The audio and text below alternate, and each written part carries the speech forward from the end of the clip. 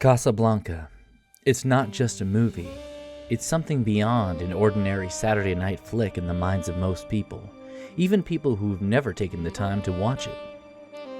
It has reached legendary status like the works of Shakespeare or Chaucer, and in the film world, its only peer, in terms of its transcendent reputation, would be the Orson Welles classic, Citizen Kane. Welcome to the Classic Film Detective, where I take a look at classic films and investigate whether they are worth watching for a modern audience. My goal is to open up a whole new world of films for 21st century cinephiles. Today, I investigate the mysterious case of Casablanca. This movie is lauded by most, but does it deserve such recognition? Or is this just a case of a film hitting the right notes for people of a particular place and time? Is Casablanca only for pretentious college film classes led by a spindly man in a bombastic beret and black turtleneck who scarcely leaves the safety of his ivory tower? Or does this story still mean something to the common folk, the everyman, the Joe Sixpacks of the world, and does it hold up today as something that truly deserves the assumed adulation it seems to get? That is what I mean to find out. Let's take a look at the facts. Casablanca is based on an unproduced stage play by Murray Burnett and Joan Allison called Everybody Comes to Rick's. Warner Brothers purchased the film rights to the play in January of 1942. And principal photography began on May 25th, 1942 and ended on August 3rd of that same year. The film was shot entirely at Warner Brothers Studios in Burbank, California, with the exception of one sequence at Van Nuys Airport in Los Angeles. As you well know, America officially entered World War II in December of 1941. And the studio rushed the release of this movie to take advantage of the publicity from the Allied invasion of North Africa a few weeks earlier. Casablanca had its world premiere on November 26, 1942 in New York City, and was released nationally in the United States on January 23, 1943. Michael Curtiz, a Hungarian-born American filmmaker, directed Casablanca. Many modern cinephiles may not recognize that name, but he created some of the greatest films of his era, including The Adventures of Robin Hood and Captain Blood, starring Errol Flynn, Angels with Dirty Faces with James Cagney, White Christmas, The Charge of the Light Brigade, and The Comancheros with leading man John Wayne. Curtiz transcended genre, ably tackling westerns, noir, period dramas, biblical epics, horror, high seas adventures, romance, and more. Howard Koch, with assistance from brothers Julius and Philip G. Epstein, wrote the screenplay adaptation. Sadly, Koch did not have a long career in Hollywood despite Casablanca's fantastic writing. In 1943, he wrote the screenplay for a movie called Mission to Moscow. The movie spawned controversy because of its positive portrayal of Joseph Stalin in the Soviet Union.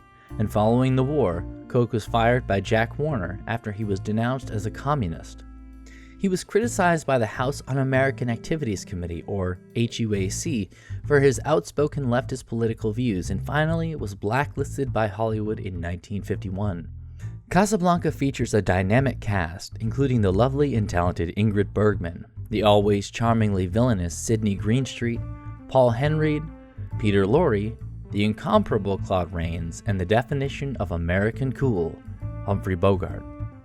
Was Casablanca recognized in its own time? Yes. It received 3 Academy Awards: Best Director, Best Adapted Screenplay, and most importantly, Best Picture. Finally, Casablanca has a runtime of 102 minutes. It was filmed on a budget of just over $1 million and earned back $10.5 million in ticket sales worldwide. So here's what I think.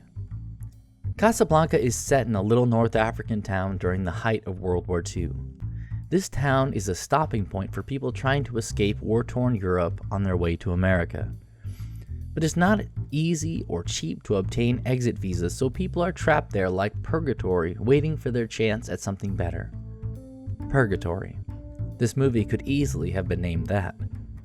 This story starts off with a bang, quite literally, as 2 German soldiers are killed for irrevocable exit visas. This town would necessarily attract the most vile and scheming criminals to profit from others' misfortune, so the list of potential suspects is long, and the potential value of those visas is enormous.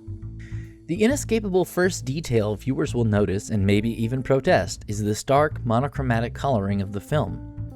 But for those predisposed against such films, give it a chance. There's a good reason for it. The world of Casablanca is shot in a severe noir style. The costumes, sets, and use of lighting present easy blacks and whites, yet the people live in a pea-soup fog of emotional and moral dull gray. The characters that populate the world of this little North African town are neither good nor bad. They are driven by their motivations, what they want and what they fear. This is humanity. Every great story is driven by the human motivations of a great character, and every great character wants something, often more than one thing. Conflicting things. The question is, how much is he willing to sacrifice to get what he wants, and is he willing to bear the cost? This is where many modern comic book style movies fail, in my opinion. Characters seem to be inherently good. At best, they are divided between one good choice over another. But that's not what drives people. Humans are self-serving and are geared to more base evolutionary needs and wants, from survival at any cost to passing on genes, security, and most confoundingly, singular impulses propelled by trauma, mental illness, and the frailty of the human spirit. That great character that steers the plot of Casablanca is Rick Blaine, played by the unquestionably cool and complicated Humphrey Bogart. He begins the film wearing a tuxedo with black slacks and a white jacket. He is the incarnation of moral ambiguity and apathy, always filmed in either blazing light or murky shadow. Externally, Rick is an untouchable vision of stoicism. He and his saloon, Rick's Café Américain, represent a final bulwark against cracking psyches in a crazy upside-down world. But internally, he is a contradiction. A man torn between deep passions and fears, and even he cannot escape the inevitable emotional erosion from the chaos surrounding him.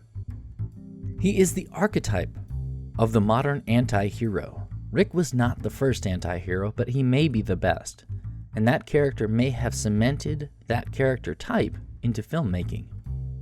It could be argued, rather fairly, that Walter White, Tony Soprano, Will Money, Daniel Plainview, and so many others don't exist without Bogart's Rick Blaine. And what does Rick want? A woman, of course. But she's not just any woman. She is Ilse Lund, played by Ingrid Bergman. She has something on Rick nothing and no other woman can bring out. She is the embodiment of his passion, yet she is complicated in all of her relationships, caught between what she loves and what is right. She represents the people of Europe, captured as fodder, collateral damage to the monstrous opposing forces duking it out on the battlefields.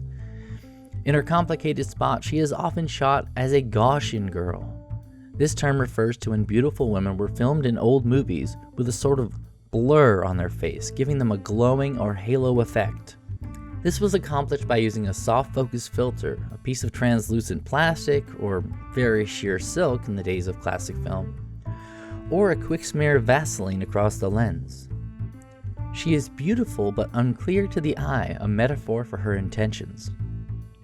An idealist, a rare thing in a town like Casablanca, named Victor Laszlo, played by the handsome Paul Henreid, suddenly appears in the city, having escaped from a Nazi concentration camp and traps set out across Europe.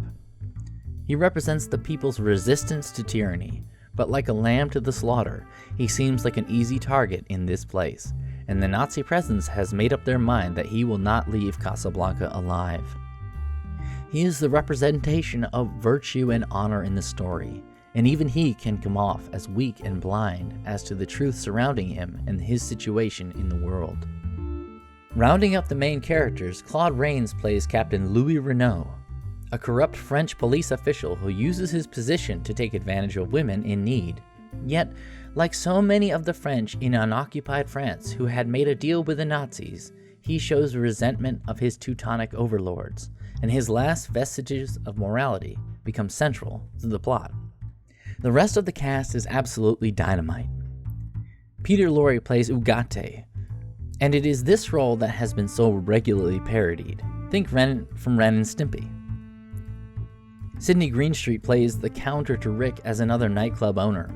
He runs the Blue Parrot, and his place is the black market to Rick's oasis.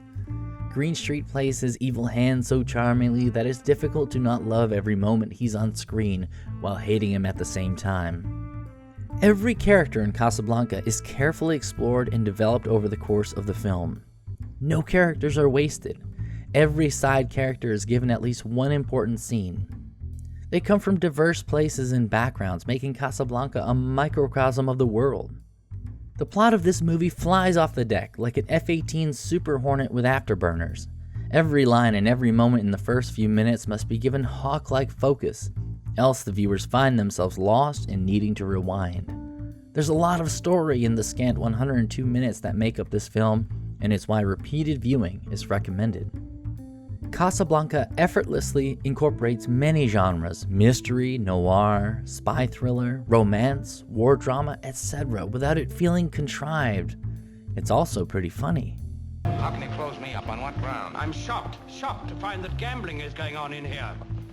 You're winning, sir. Oh, thank you very much. Everybody out at once. It weaves its narrative into the current events of the day, being set in December of 1941, the month when Japan bombed Pearl Harbor, which launched isolationist America into World War II. Rick himself is used as a symbol of America's role in the war. Neutral and uninterested at first, he is given little choice but to get into the fight. To many, Casablanca is the greatest love story ever put to film. It shows us that in a broken world, sometimes there is a cause more loving than love itself. There are so many layers and so much depth to this film that it not only stands up to repeated viewings, it necessitates them. The pace of this film is a dead sprint, and it can be hard to keep up. Every shot and line reveals something important to the narrative. From a technical standpoint, its cinematography and editing are stylishly unmatched while being razor efficient. The lighting is almost a character unto itself.